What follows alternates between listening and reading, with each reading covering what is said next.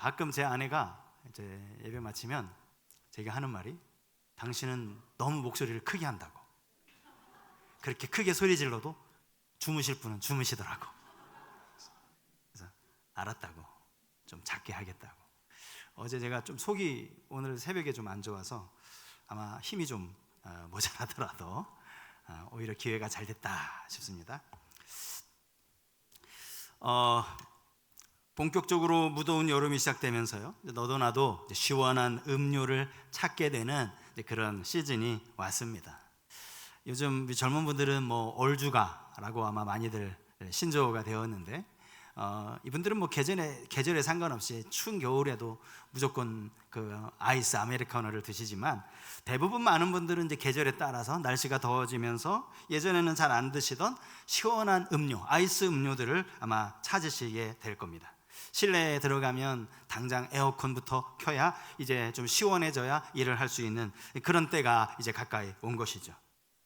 근데 우리가 즐겨 사용하는 이 시원하다라는 이 말이요, 우리가 알고 있는 이 기본적인 의미 말고 또 다른 의미도 담겨 있더라고요. 그러니까 에어컨 바람, 시원한 바람을 쐬면 시원하고, 시원한 음료수를 마시면 속이 시원해지고, 이런 것뿐만 아니라 여기에 다른 뜻이 있다라는 거죠. 시원하다라는 이 단어를 사전에서 찾아보면 우리가 알고 있는 이 뜻 말고 이런 뜻이 있어요. 마음을 무겁게 하던 문제가 해결되어 가볍고 가뿐해졌을 때. 뭐라고 여러분 얘기합니까? 아이고, 이 문제 끝나니까 속이 시원하다. 속이 시원하다. 그죠? 우리가 또 시원하다는 말을 사용합니다. 뭐 시원한 거 마시는 것과 전혀 상관없이요. 또 그것도요, 또 어떤 분들은 우리가 기본적으로는 시원한 여름에 냉면 국물을 마시면서 야, 국물 시원하다 이렇게 이야기하는데, 간혹 어르신들 중에는 뜨끈한 육개장 국물을 쫙 들이키시더니 아, 국물 시원하다 이렇게 이야기하시는 분들도 계시더라는 것이죠.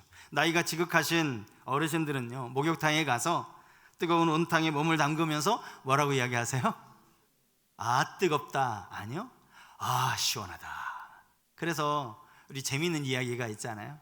아빠가 아들하고 같이 목욕탕에 가서 아빠가 온탕에 들어가면서 어이구 시원하다, 이리로 들어와 그랬더니 아이가 정말 시원한 줄 알고 들어갔다가 뜨거워서 뛰쳐나오면서 뭐라고 그랬다죠?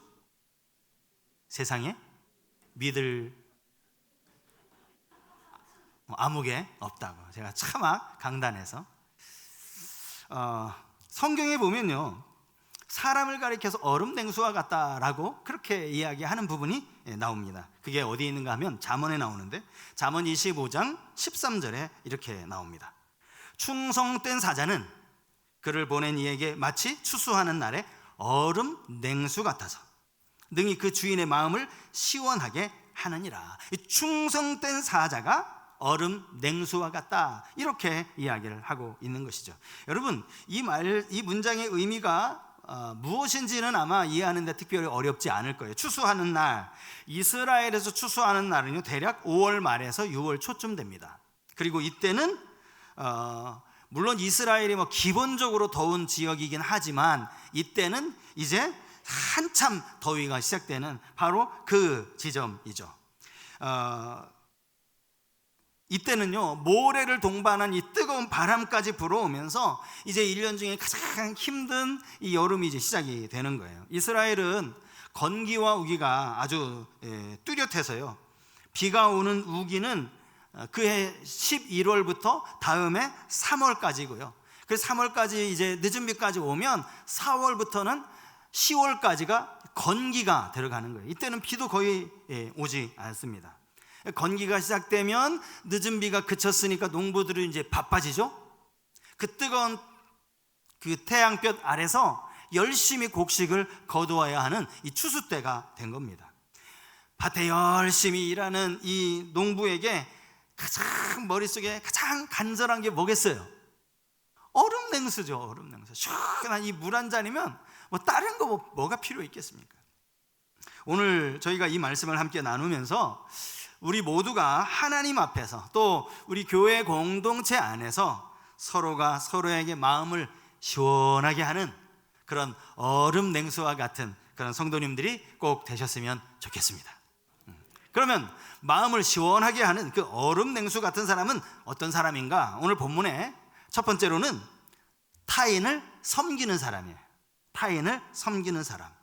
자, 오늘 우리가 읽은 이 본문을 보시면 본문에 우리에게 전혀 생소한 사람들의 이름이 등장하는 것을 볼 수가 있죠. 본문 17절 말씀인데요, 내가 스데바나와 브드나도와 아가이고가 온 것을 기뻐하노니 너희는 이런 사람들을 알아주라. 여기 브드나도 또 아가이고, 이 사람들은요 성경에 딱 여기만 나와요.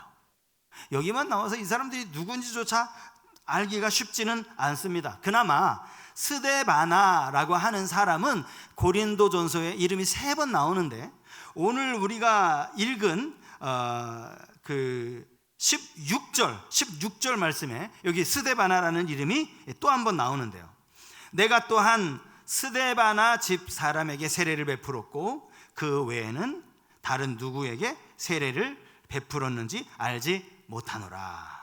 자, 이 말이 무슨 말인가 하면, 사도 바울이 고린도 교회 목회하는 동안 자기가 직접 세례 베푼 사람이 많지 않았다라는 거예요.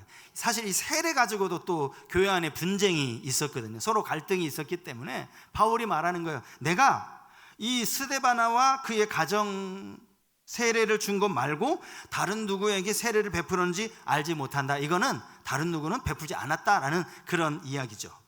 그런데 고린도전서 1장 14절에 보면 바울이 앞에서 내가 그리스보와 가이오 외에는 아무에게도 세례를 베풀지 않았다 이렇게 말을 해요. 그러니까 맨 처음 바울이 이 세례 베푼 사람은 그리스보, 가이오이고요. 그리고 나서 이제 16절에 가서 또한이라고 하면서 스데반에게 세례를 베풀었다는 사실을 다시 추가적으로 이야기하고 있습니다. 여러분 언뜻 생각해 보면 이 사람 유명하지도 않은 사람인데 그 사람에게 세례 준 걸 뭘 이렇게 또 빠뜨렸다고 다시 강조할까 싶은데, 스데반의 이름을 이렇게 강조하는 이유가 있어요. 이유. 오늘 우리가 읽은 고린도전서 16장 15절 말씀을 한번 보시겠어요? 우리 같이 한번 읽어볼까요? 같이 한번 읽겠습니다. 시작. 형제들아, 스데바나의 집은 곧 아가야의 첫 열매요 또 성도 섬기기로 작정한 줄을 너희가 아는지라. 내가 너희를 권하노니. 스데바나가 바울의 아가야에서의 첫 열매였다. 첫 열매. 여러분, 첫 열매라는 말의 뜻이 뭡니까? 바울이 전도하는 중에 아가야에서 복음을 듣고 바울로부터 세례받은 첫 번째 사람이에요. 첫 번째 사람. 그러니까 바울 입장에서도 어쨌든 첫 번 세례 준 사람이니까 기억에 남지 않겠어요? 그런데 단순히 그냥 그것을 기억에 남는 것뿐만 아니라 그 다음에 보니까 그가 성도 섬기기를 작정했다 이렇게 기록이 되어지고 있습니다. 그가 뭘 어떻게 성도를 섬겼는가, 이 부분은 사실은 본문에 나와 있지 않아서 학자들마다 그냥 이런저런 이야기가 있어요.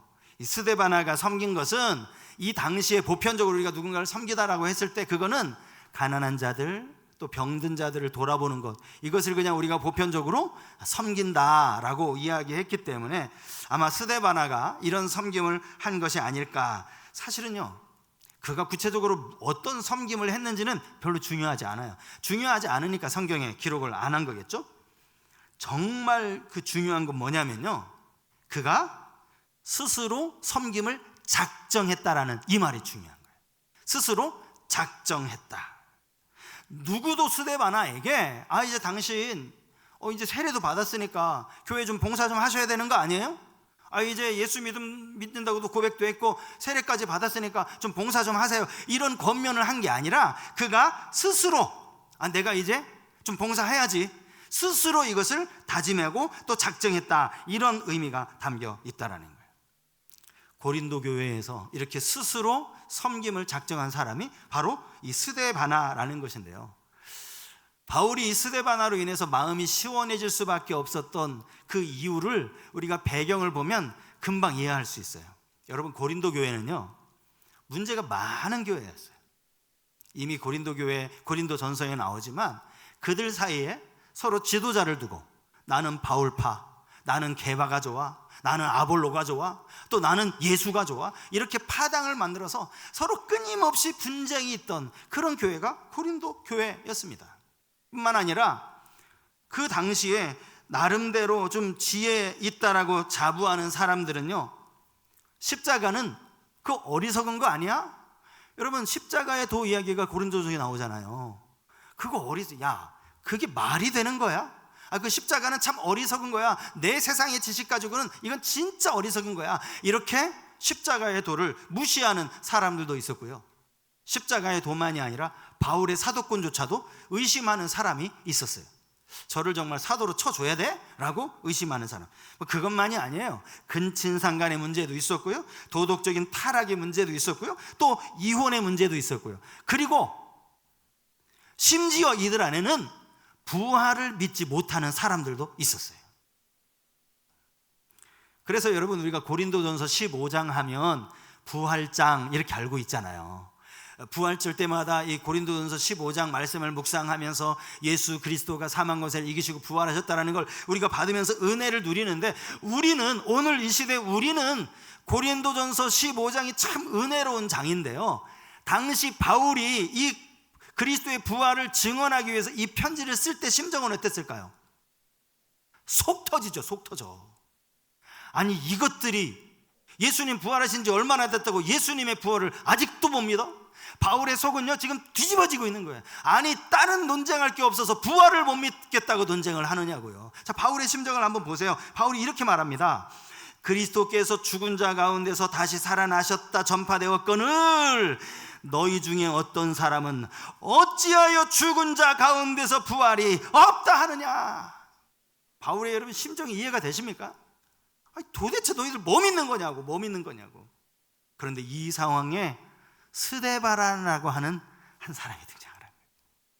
그는 믿음이 좋아서 예수를 믿고 세례를 받더니 바로 이어서 열심히 교회를 섬기겠다고 이렇게 작정을 한 거예요.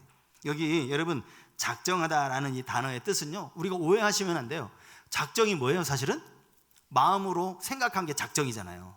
작정하고 안 지키는 사람 얼마나 많아요.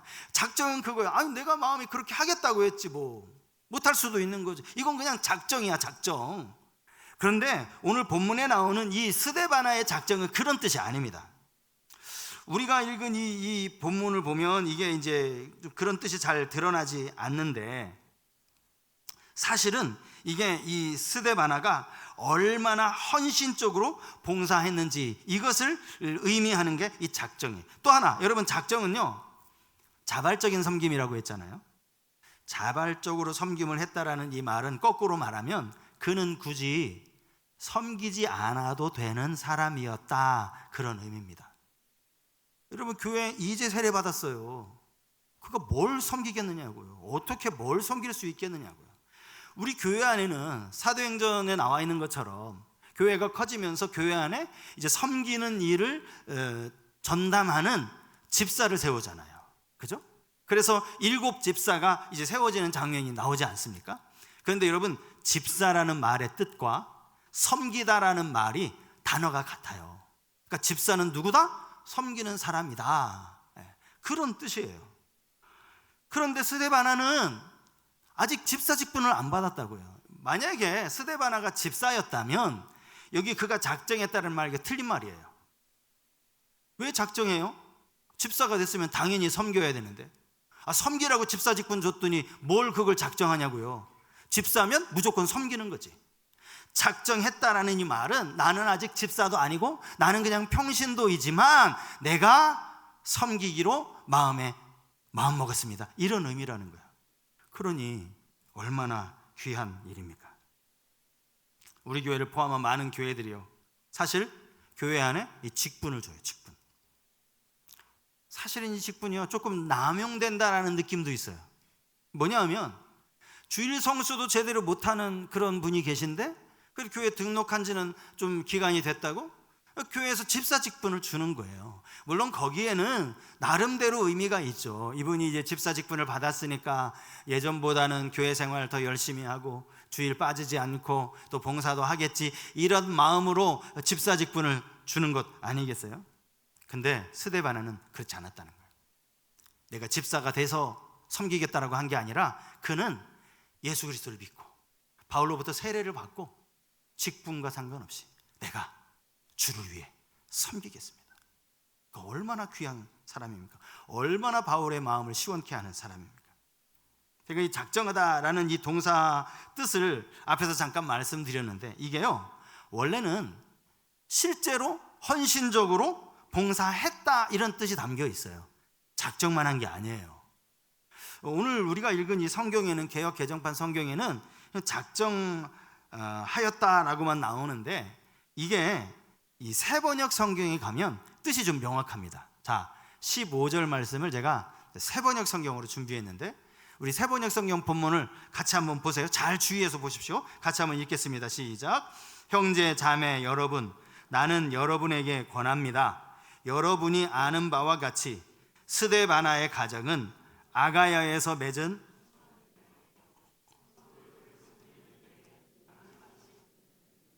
거기 뭐라고 나옵니까? 성도를 섬기는 일에 어떻게 해요? 몸을 바쳤다. 이게 우리 성경에는 작정했다 이렇게 나오는데 완전 의미가 다르잖아요. 작정만 한 게 아니에요. 그는 몸을 바쳤어요. 이게 이 세번역 성경만 좀 이상하게 번역했나 해서 제가 쉬운 성경을 찾아보니까요, 쉬운 성경은 이렇게 번역이 되어 있어요. 스데바나의 가정이 성도들을 섬기는 일에 헌신했다. 몸신자 드릴 헌자. 실제로 그들이 정성스럽게 헌신한 사람들이라는 그런 의미입니다. 그러니 여러분, 바울의 마음이 얼마나 시원했겠어요. 복음의 열매는요, 우리 안에 자발적인 섬김으로 나타나야 할 줄 믿습니다. 자발적이라는 게 중요해요. 누가 시켜서가 아니라 내가 예수 그리스도를 믿고 보니, 내가 세례를 받고 보니 예수 그리스도의 십자가의 은혜가 너무나 크구나, 내가 이 십자가를 통해서 그리스도와 함께 다시 살게 되었구나, 이 감격이 커서 자발적으로 이루어지는 그러한 섬김이 되어야 한다라는 거예요. 근데 많은 교회들의 문제점이 여러분 뭔지 잘 아시죠? 자발적인 섬김은 무슨 자발적인 섬김이에요. 집사님이시니까 집사님 좀 이것 좀 섬기시죠. 그러면 싫어해요. 집사인데 싫어해요. 그리고 자꾸 큰 교회로만 몰려요. 그러니 바울 입장에서 스데바나가 얼마나 마음을 시원케 하는 사람인가라는 걸 알 수 있겠죠. 또 하나요, 두 번째는 마음을 시원하게 하는 얼음 냉수 같은 사람은 기쁨을 주는 사람이에요. 기쁨을 주는 사람. 자, 17절 말씀 다시 한번 보시겠어요? 17절. 내가 스데바나와 부드나도와 아가이고가 온 것을 기뻐하노니 그들이 너희의 부족한 것을 채웠음이라. 이 구절도요, 현대어 성경에는 이렇게 번역이 되어 있어요. 스데바나와 부드나도와 아가이고가 이곳에 방문해 주어 얼마나 기쁜지 모른다. 이 얼자를 좀 길게 늘려야 돼. 얼마나 기쁜지 모른다. 바울의 기쁨을 이야기하고 있는 것이죠. 너희의 부족함을 채워주었다라고 하는데 이 부족함이 뭘까? 이건 뭐 학자들마다 의견이 좀 다르지만 어쨌든 이 스데바나가 옴으로 사도 바울이 너무 기뻤다는 거예요. 바울에게는 그가 기쁨을 주는 사람이었기 때문이죠. 빌립보서 4장 1절 말씀에 보면 여기 바울이 빌립보 교회 성도들을 향하여서 이렇게 호칭을 부릅니다. 그러므로 나의 사랑하고 사모하는 형제들, 나의 기쁨이요 면류관인 사랑하는 자들아, 이같이 주 안에 서라. 바울이 빌립보 교회 성도들을 가르쳐서 너희는 나의 기쁨이야. 너희가 나의 기쁨이야. 바울은 비록 감옥에 갇혀 있지만 감옥에 갇혀서도 빌립보 교회 성도들을 생각하면 그냥 이 기쁨이 가시지를 않는 거예요. 그들이 기쁨이었기 때문이라는 것이죠. 여러분, 그러면 이 바울의 기쁨이 바울 개인의 기쁨이었을까요? 우리가 종종 오해하는 게 있어요. 이게 개인적인 서신이라서 뭐 여기 나오는 게 다 바울 이야기고 또 고린도 교회에 해당하는 이야기다라고 생각을 하는데, 여러분 그러면 우리 성경 공부 필요 없죠. 이거 2000년 전 이야기 우리가 왜 꺼내 읽습니까? 여기 바울의 기쁨은요, 더 나아가서 하나님의 기쁨이에요. 왜냐하면 바울을 이방인의 사도로 세우신 분이 하나님이시기 때문에.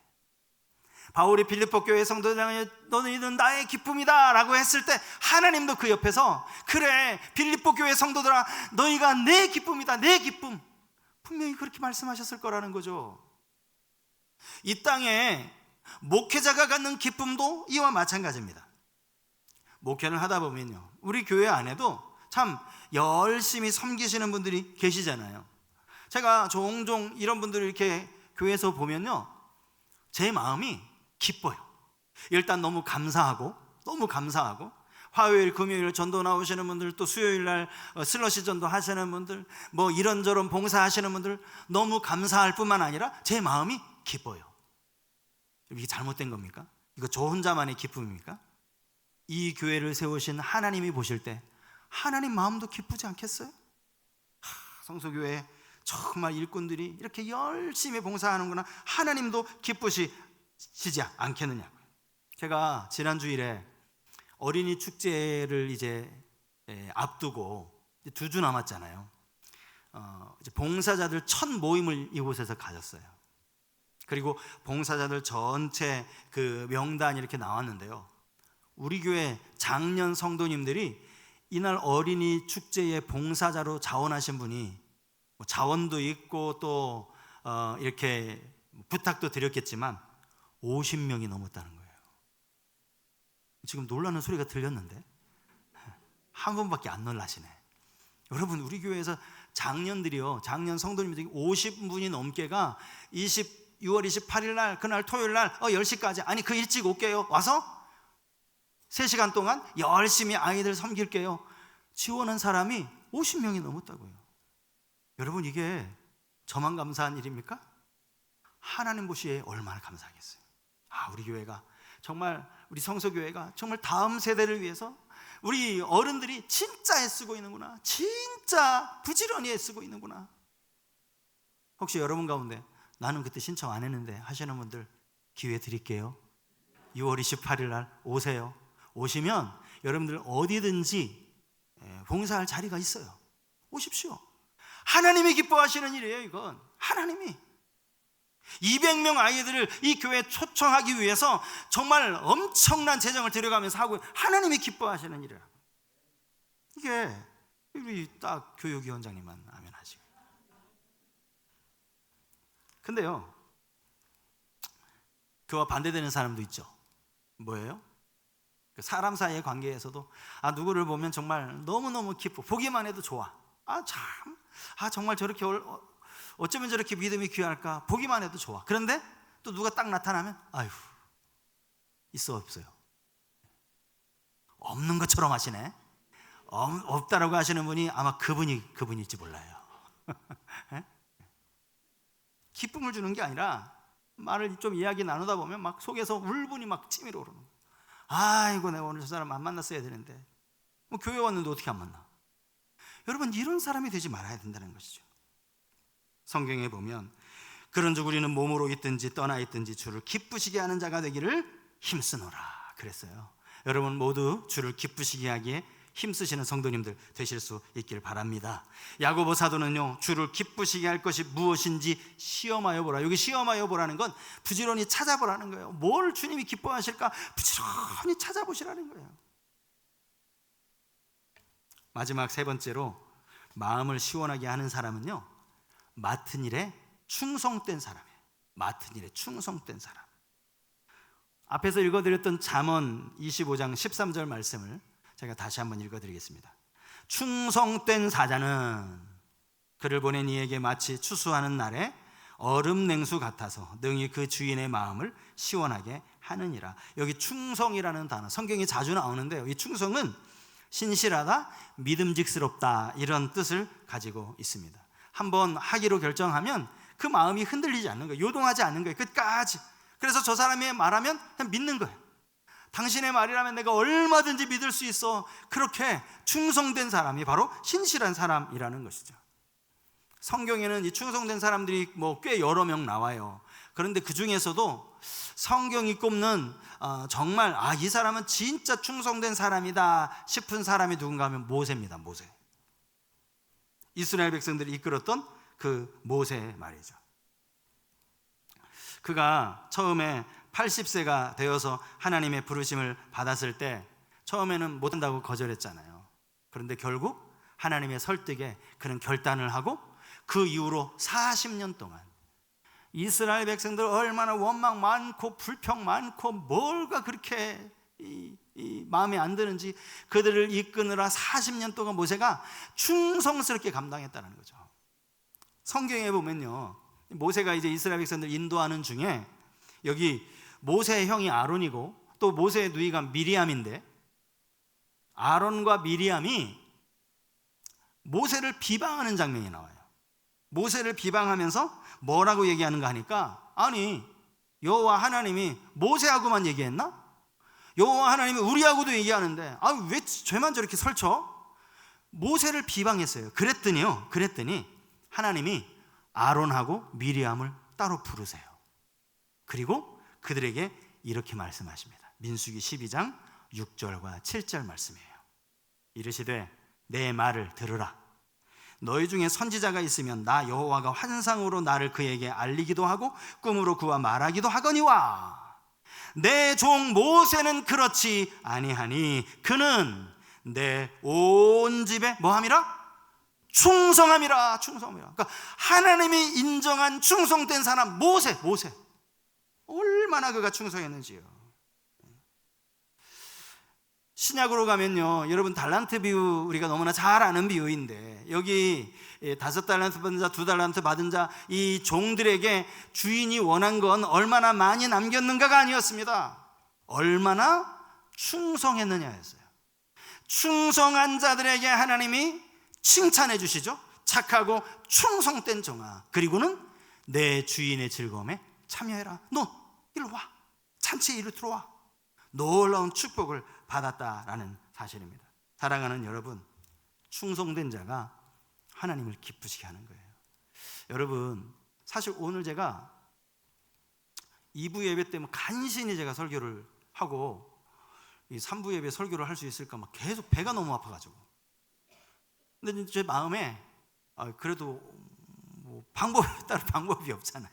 이게 주중에 일어났던 일이면 뭐 부목사님들의 부탁을 할 텐데, 근데 또 이렇게 설교를 시작을 하니까 또 하나님이 힘 주신 것 같아요.